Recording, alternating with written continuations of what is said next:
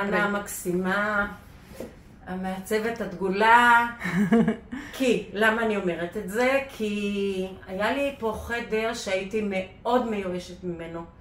היו בו עשרות כבלים וחוטי חשמל וחלקי רהיטים. שום דבר לא התאים לשום דבר. החדר היה צפוף, חשוך, מסורבל. אני ממש התביישתי לארח בו אנשים. והחדר הציק לי במשך קרוב ל-20 שנה. ואז מישהי המליצה לי על אנה.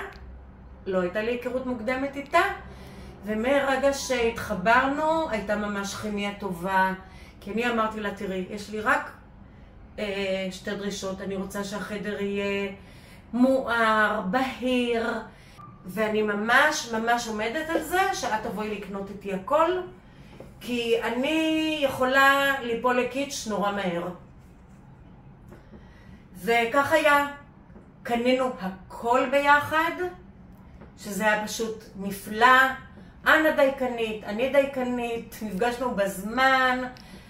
אנה באמת כיוונה אותי ככה בעדינות לכיוון ששתינו נהיה מרוצות. ואני מאוד מרוצה מהתוצאה.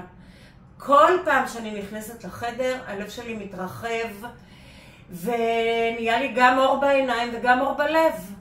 ובאמת, בזכותה של אנה.